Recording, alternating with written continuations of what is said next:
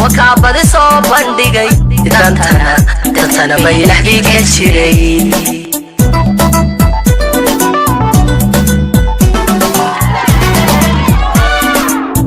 dalkani maamulkiisa bilan balantu shacbigani la galay وكعبد صوبان ديجي دانتنا بيلح بيك الشري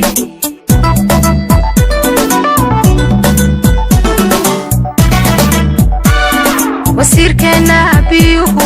بيان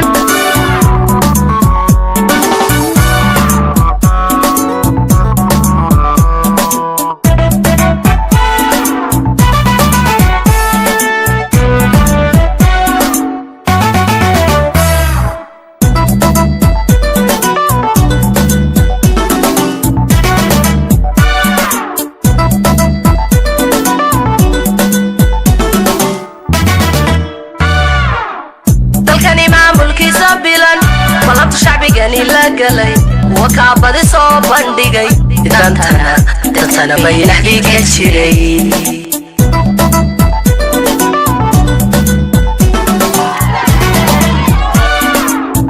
dalkani maamulkiisa bilan balantu shacbigani lagalay وكعبد صوبان ديغي دانتنا بيلح بيك الشري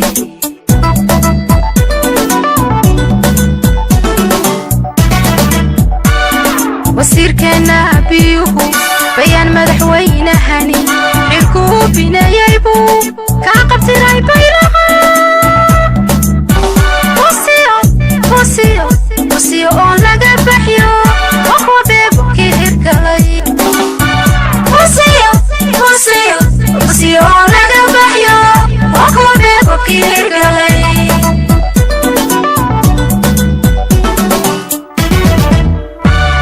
وسير كنا بيو بيان مدحوين هني عقوبنا يايبو كعقبت راي بيرغا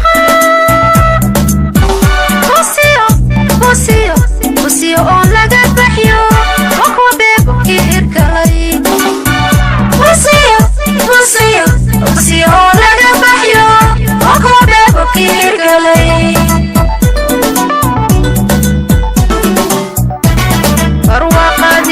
حلايو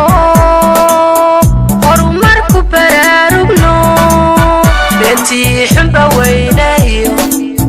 wixii bulshadayda lagu siray ayay naga baajiyo boqorku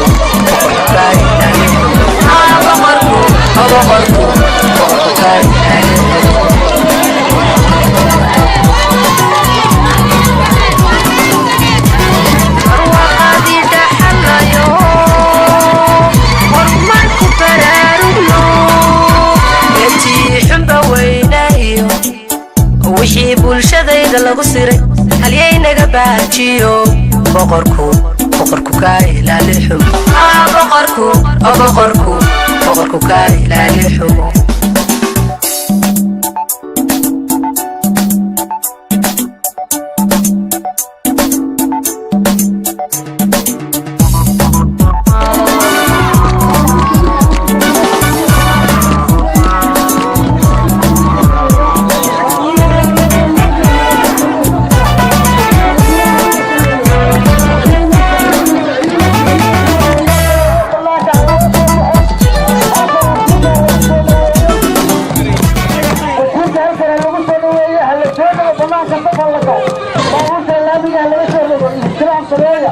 saamudul wasiir socoto halkan magaalada Ascaanood wax yar baa maanta maqan kulay waxa muujinaysaa dareenka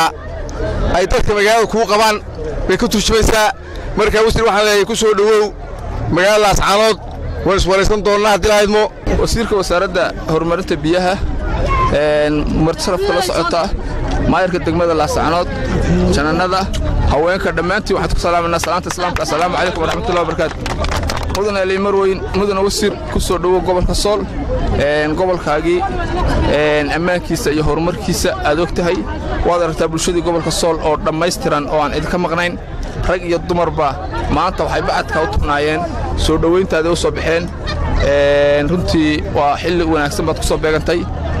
wasiir muddo dheer dadkani kulliba way jeclaayeen halkaan waxay u tubnaayeen soo dhaweyntaada aad waxaan ugu faraxsanahay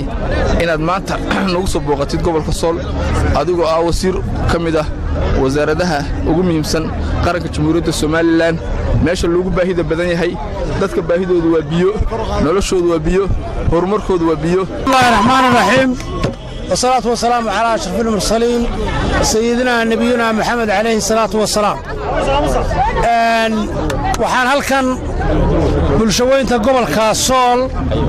gaar ahaan degmada Laascaanood uga mahadnaqayaa sida diiran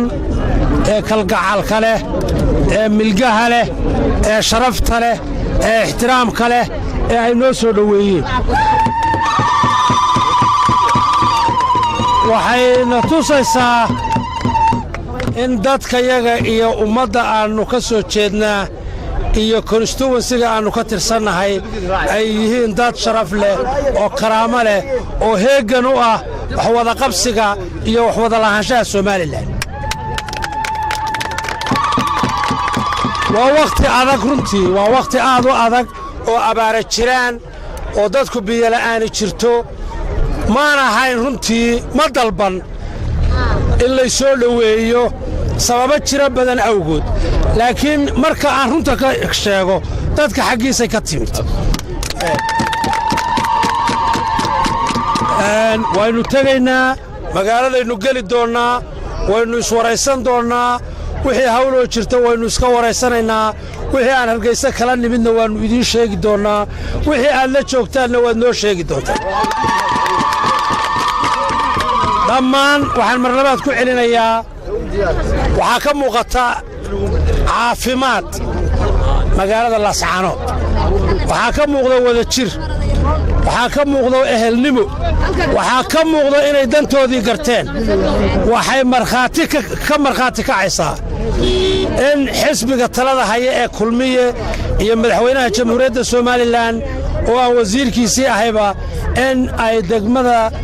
Laascaanood u diyaar tahay inay xukuumadda maanta jirta wax la qabsadaan aad iyo aad baan idin salaamayaa dhammaantiin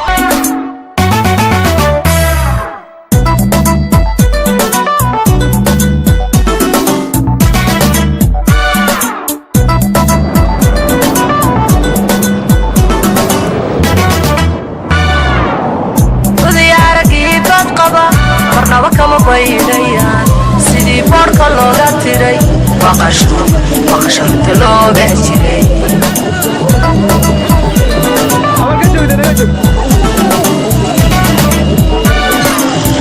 mudiyaaragii bad qaba marnaba kama baydayaan sidii boorka looga tiray maqasho inta looga jiray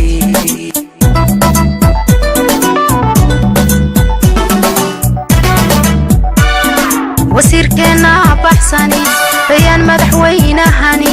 bulshada la jeclaystay buu badhaadho horseedayo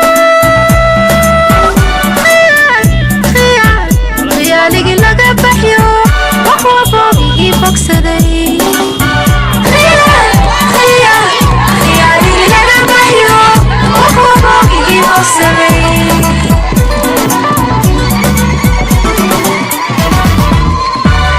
wasiirkeena baxsani bayaan madaxweynahani bulshada la jeclaystay buu badhaadho horseedayo khiyaaligi laga baxyo wax walboogii bogsaday khiyaaligi laga baxyo wax walboogii bogsaday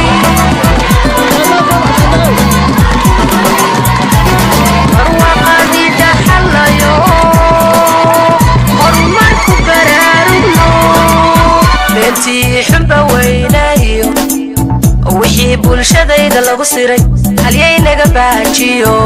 boqorku kaa ilaali xumo boqorku kaa ilaali xumo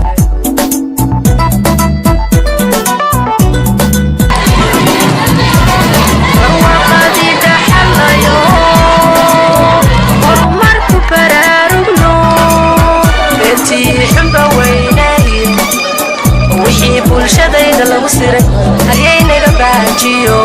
boqorku kaa ilaali xumo boqorku kaa ilaali xumo wasiirku waa inoo joogaa arrimaheenna iyo waxa aynu qabno iyo waxa aynu tabanayno dhan kastaba hadday tahay xagga horumarka hadday tahay xag ganacsi hadday tahay xag mashaariiceed wax badan baynu ka filaynaa oo uu safarkiisa dee inoola socdaa sidaa darteed kolle waxa weeye qayb kastoo ay u tahay dadweynaha reer laascaanood wuu la kulmayaa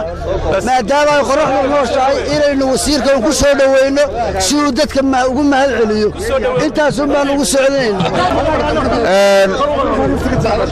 maanta oo cadceeddu aad u kulushahay waxaynu halkan ku soo dhoweynaynaa wasiirka wasaaradda horumarinta biyaha jamhuuriyadda somalilan shacabka reer laascaanood aad iyo aad bay ugu mahadsan yihiin sida sharafta iyo qiimaha leh ugu soo baxeen wasiirka soo dhoweyntiisa waanaga mahad celinaa mar labaad iyo mar saddexaadba wasiirku wuu inoo joogaa wixii warbixina wuu ina siinayaa wixii inoo sidayna waynu kala hadhaynaa wixii aynu haynana waynu ku wareejinaynaa waa maalin khayr qabta waa maalin raxmaadka ilaahayna aynu sugayno ilaahay waxaad inooga baridaan raxmaad khayr qaba wasiirka sadcaalkiisa iyo duraab khayr qaba inay isku kala bagaamin loo dhaa ilaahay quluubteena isu soo jeediya aamin dhaa waxaan halkan ku soo dhowaynaynaa annagoo ah bulshaweyntii gobolka sool wasiirka khayraadka biyaha ee sool iyo sanaag iyo xaysimo qooqaagii sool iyo sanaag iyo xaysimo ku soo dhowo gobolkaaga assalaamu calaykum aad baan runtii u bogaadinayaa dadweynaha reer laascaanood iyo raaxaysmaba dee oo si aad iyo aad u qiimo badan runtii u soo dhoweeyey wasiirka biyaha iyo waftiidii la socotay taasoo runtii muujinaysa iskuduubni midnimo bisayl iyo dantiioo la fahmay waxaan aad iyo aad u bogaadinayaa mar labaad maamulka gobolka iyo dadweynaha cuqaasha odayaasha aqoon-yahanka hablaha dhammaantiinba aad bayna runtii waxay u tahay tusaale cusub iyo farriin runtii ay u tahay deegaannada kale ee hoos yimaada gobolka naftigiisa iyo gobollada kale ee deriska ballaha sida xaysimo iyo muxuu ahaa baran iyo buuhoodlaba runtii inay iyaguna sidaasoo kale aan ka rajaynayo inay u soo dhoweeyaan ugana midoobaan wixii danahooda mudane wasiir ku soo dhowow gobolka sool waad aragtaa dadweynihii maantao dhan bacantii ku taagnaayeen soo dhoweyntaada iyo meeqaamsare maanta waxaa muuqataa in mudane wasiir dadkii gobolka sool ku noolaa waa kuwa qof kama hadhin maanta meeqaam saray kugu soo dhoweeyeen runtii waxay taasi muujinaysaa inaad tahay wasiir aad loo jecel yahay dadkiisuna ay wax badan ka filayaan wasiirku wuxuu inoo sheegay inuu mashaariic fara badan oo biyaha lagu horumarinayo oo wasaaradda horumarinta biyuhu ay waddo uu ka fulin doono magaalada laascaanood in badan baynu sugaynay runtii inaynu gobolkeenna ka haqabeelo biyo maanta meel walba oo deegaankan ka kooban yahay hawdii nugaalba biyahaas way gaari doonaan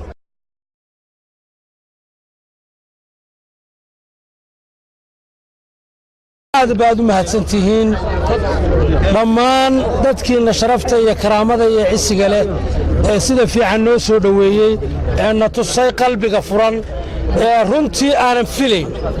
dhammaantiin waxaan idinku salaamayaa salaanta islaamka assalaamu calaykum waraxmatullahi wabarakaatu waxaa mooddaa inay inoo tahay wakhti cusub oo bilaabmay waxaad mooddaa hogol caafimaadii inayna martay waxaan ilaahay ka rajaynayaa in ilaahay roob inoo shubo oo raxmaddiisa inoo ku deeqo oo ilaahayna soo qaboojiyo oo ilaahay ummaddiisa u naxariisto saasaan ilaahay ka baryaynaa biidnillaah waana helaynaa waxaan kaloo idiin sheegayaa xukuumad ahaan inaan ku dhawaaqo maanta inaannu degmada laascaanood la gelin doono lacag horudhaca oo aannu uga qorshaynay sanduuqa SDF-ta oo gaadhaysa $5 milyan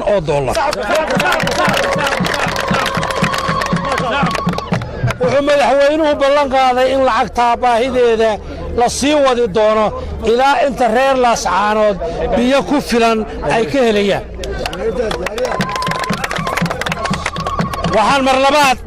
idiin sheegayaa inaannu ceelal aan ka yarayn mar bay kaftameen waxay yidhaahdeen qolaa kaftantoo waxay yidhaahdeen wasiirradii biyuhu waxay u badnaayeen xagga nugaasha marka nugaashaa wax ku dhaceen baa la leeyahy hawdka dad badan baa cabasho ka muujiyey waxaan ballan qaadayaa 4 ceeloo soo socda inay hawd ku dhacaan haddii allaydu aad iyo aad baan idiin salaamayaa wixii hawla ee aynu kala leenahay waynu iswaraysan doonnaa waxaan halkan idinku soo gaadhsiinayaa salaan iyo sharaf iyo karaamo aan idinka sido madaxweynaha jamhuuriyadda somalilan mudane muuse biixi cabdi waxaan rabnaa inaynu ogaanno horumarku waa nabad haddaynu nabad helno horumar waa helayna dadka inaynu la macaamilno oo si fiican ula macaamilno oo hay-adaha idiin imanaya iyo dadka wax idiin qabanayana inaad si fiican ula macaamishaan yaan idinkula dardaarmaya nabaddana ilaalisaan wasalaamu calaykum waraxmatullahi udiyaaragii dad qaba marnaba kama baydhayaan sidii boodhka looga tiray baqasho runta looga jiray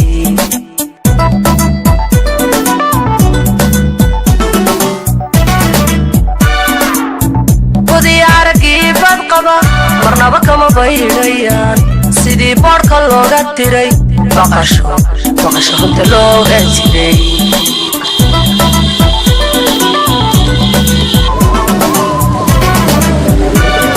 wasiirkeena baxsani bayaan madaxweynahani bulshada la jeclaystay buu badhaadho horseedayo khiyaaligii laga baxyo waxwa boogigii bogsaday khiyaaligii laga baxyo waxwa boogigii bogsaday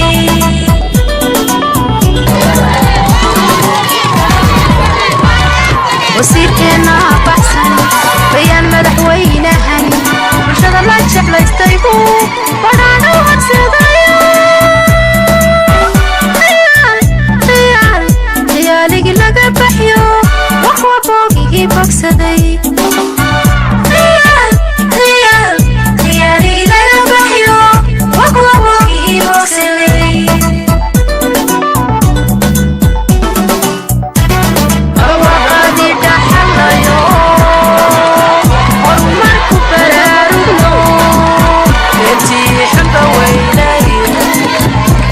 bulshadayda lagu siray halyay naga baajiyo boqorku kaa ilaali xumo boqorku kaa ilaali xumo